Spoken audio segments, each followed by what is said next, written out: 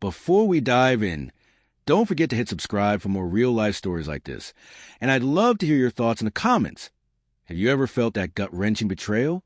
I still remember the day it all fell apart, though I wish I could erase it from my memory. My phone buzzed while I was at work. A notification I didn't expect from her. My wife, the woman I had built my life around, sent a single line. Just wanted you to know I'm marrying someone else. I stared at the screen, heart thudding in disbelief. I read it twice, thinking it was some cruel joke. My mind scrambled, trying to reason through it. Maybe she meant it in some hypothetical way, a joke, a test of attention. But no, the truth landed like a fist in my chest. Looking back, the warning signs had been there, little things I had brushed off. Missed calls she'd laugh off with excuses. Text deleted too quickly for me to read. Her distant eyes when I thought we were just talking. I remember wondering if I was overthinking, if maybe I was just being paranoid. But that paranoia became a steady ache I couldn't ignore. It started with small oddities. She'd leave the room abruptly when I entered, phone clutched to her chest. She laughed at jokes I didn't hear, smiled at messages I wasn't privy to. I caught her once, frowning at a text she quickly hid, pretending it was work. That little act gnawed at me for days. I found myself replaying moments, questioning everything. The late nights she claimed with her friends, the weekend trips with colleagues, the casual touch that now felt rehearsed. Then the proof came in the most mundane way. I was fixing a leak under the kitchen sink when my hand brushed against a tablet tucked behind the cabinet. It pinged, a calendar reminder. The date was circled in red, wedding day. And next to it, a name I didn't recognize at first, until reality hit me like ice.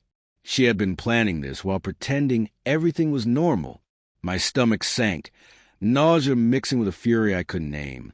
When I confronted her, I didn't shout. I couldn't. Instead, I asked quietly, almost in disbelief, "Is this true?" Her eyes welled up, not with love, not with guilt, but with a strange calm, as if she had rehearsed this 1,000 times. "I didn't mean for it to happen like this," she said, "but I can't deny how I feel." And there it was, the truth laid bare, a choice made, a heart turned away from me while I clung to the life we built. I wanted to scream, to beg, to plead, but the words never came. Instead, I did something I never thought I could. I smiled, small, almost imperceptible, and said, "Then I guess this is goodbye." The world didn't explode. There was no dramatic fight, no tears thrown across the room. There was just silence, the kind that follows a storm, heavy with what-ifs and could-have-beens. I packed a bag and left our home. Walking out with the weight of a marriage I thought was unbreakable pressing down on me. The aftermath was strange. Memories that once felt warm now stung sharply. The smell of her coffee in the morning, the sound of her laughter at my dumb jokes, the way she'd squeeze my hand when I felt anxious, they all became reminders of a trust shattered. Friends asked questions, neighbors whispered, but I found solace in quiet moments alone, where I could breathe and remind myself I still existed beyond the betrayal. Weeks later, I saw the announcement. She posted it publicly. A picture of her laughing, arm-linked with the man she left me for, the caption declaring her happiness. Part of me wanted to respond, to unleash everything I had been holding in, but I didn't. I simply liked the post, a small act that shocked even me. My calmness wasn't weakness. It was reclaiming control over the only thing left that truly belonged to me, myself. I realized then that closure didn't come from confrontation or revenge. It came from accepting reality and making a choice, choosing dignity over anger, self-respect over despair. I let her have the spotlight. I let her have the story she wanted. And in doing so, I found peace in my own life, quietly without fanfare.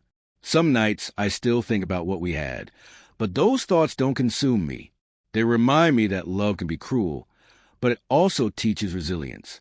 I rebuilt slowly, focusing on the small joys I had neglected, friends, hobbies, even the quiet strength in knowing that my value wasn't determined by someone else's decisions.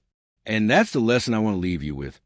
Betrayal is a pain no one should endure, but how you respond defines your story. Sometimes The most powerful reaction isn't anger or retaliation. It's calm, grace, and reclaiming your life on your terms. So if you've ever faced a heartbreak like this, know that you're not powerless. And remember, leaving a life behind doesn't mean losing yourself. Don't forget to subscribe for more stories that hit deep, and share your thoughts below.